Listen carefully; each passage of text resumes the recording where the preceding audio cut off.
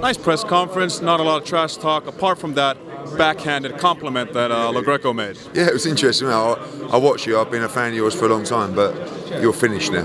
So yeah, I think sometimes when you get a beefy opening presser, both guys are like making weight. They don't really want to be rolling around up here, so there's a lot on the line. Especially for Amir Khan, his career on the line. So he's very focused. Looks great. Phil looks great as well. I think we're gonna have a great fight. For people who are kind of on the fence right now, should they put some money behind Lo Greco? Will he be able to take the shot? What's your message to these fans? If you were betting, you'd bet on Phil Lo Greco because of the value. Because it's the unanswered questions of Amir Khan. Like Amir Khan at his peak beats Phil Lo Greco 9.5 times out of 10. Amir Khan coming back from the Canelo defeat, from 5 years fighting in the UK. Who knows? I still believe he's going to win the fight, but you have a guy here in Lo Greco who's taken fights against Porter and Spence on 2 days' notice, 3 weeks' notice. He's had 12 weeks. So he's had Fernando Vargas. You can tell how seriously he's taking his fight. And they honestly believe they're getting Amir Khan at a great time. But what we want to see is the same old Amir Khan, who's always in exciting fights, come out, look sensational on Saturday, and make really a statement that he's back. Should Amir Khan win this fight? I know Kell Brook's sitting ringside working for Sky, but what's the ideal plan for you to make after this fight? Well, obviously I like the Kell Brook fight. I've got both guys and I like making big fights in British boxing. It's a fight that's been talked about for years. But there are many fights out there for Amir Khan. Manny Pacquiao if he beats Matisse, Errol Spence, Thurman, Crawford being talked about at top rank. So he's never going to struggle to bring in a big fight. It's just which pays the most money and which was the one that he wants. But people talk about all these fights. Really, for now, all that matters is Saturday, because beyond that is irrelevant. He's got to come out, he's got to win. If he can look good doing it, that'd be brilliant. And he can move on and be involved in some massive fights. Your old pal Frank Warren is having a show as well this weekend in Belfast. Is this a sort of a measuring stick for you to see which brand is stronger? You can't. Look, it doesn't matter whether he's got a better show or not. Their platform is considerably smaller. Like even if we were doing like a no-name fight, we'd still outrate them. But other channels would outrate us. Like a terrestrial. So it's never a measuring stick, and it never really makes sense to go up against another show. They were originally going to go on April the 7th. We were going on April 21st. They changed it to the 21st. We ended up clashing. But this will do 3-4 times the numbers of that show, which is a great show as well. But I saw Frank moaning a little bit. I'm more of a half full kind of guy. I think it's great that we've got a sold out arena here, a big crowd in Belfast, not sold out, but I'm sure it'll be close on the night. It's great, So I know that he likes to say but we genuinely had no idea.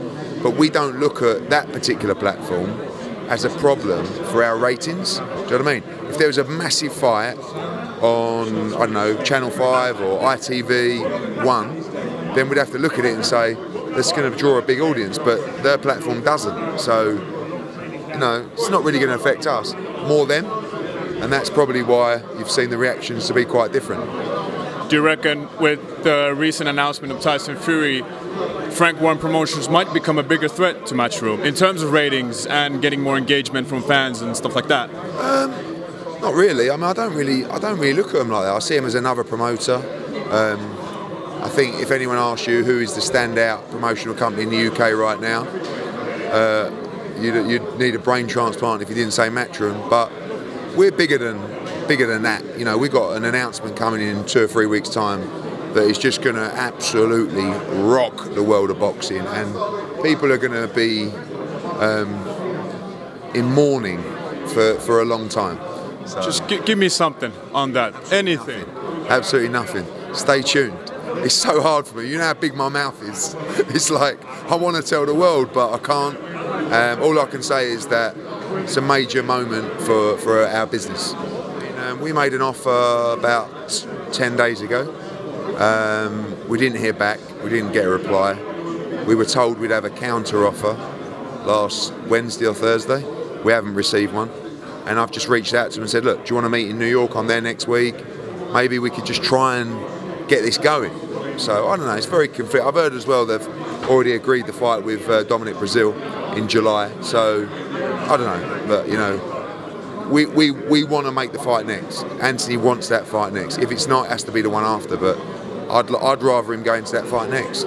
So they haven't come back with anything in terms of meeting next week in New York? No, but I only just sent the email like not long ago, so I think I'm sure they'll meet in New York. Yeah, I mean, it's a bit disappointing they haven't replied or made a counter offer, but I'm sure they'll meet. I don't think it's great. I think that it doesn't really put people off, does it? You know, I think it's like anything. It's like any crime. The only way you're going to stop people doing it is to increase the punishment. So, like, if a fighter's out there doping, thinking, well, if I get caught, I only get 6 months off. I might even be suspended to 3. Doesn't surprise me. Surprised me, actually, that he wasn't able to box on May 5th. So I saw something from, I think it was Ron Lewis, who said the same kind of thing.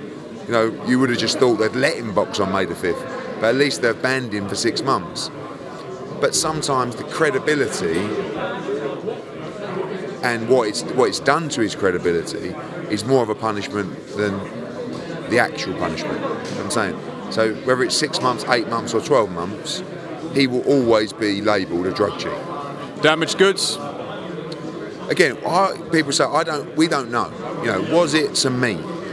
People tell me that, Eddie, are you mad? But I don't know. I don't know if it was. He's unlucky. If it wasn't, he's a cheat and he should be banned forever. But what we do know is you have to be responsible for what's in your sample, and whatever happens, he will be labelled a drug cheat. And I think opponents, Amir, etc., are in a position where they start asking themselves questions when they boxed him. Amir, Liam Smith, you know, Gennady Golovkin the first time.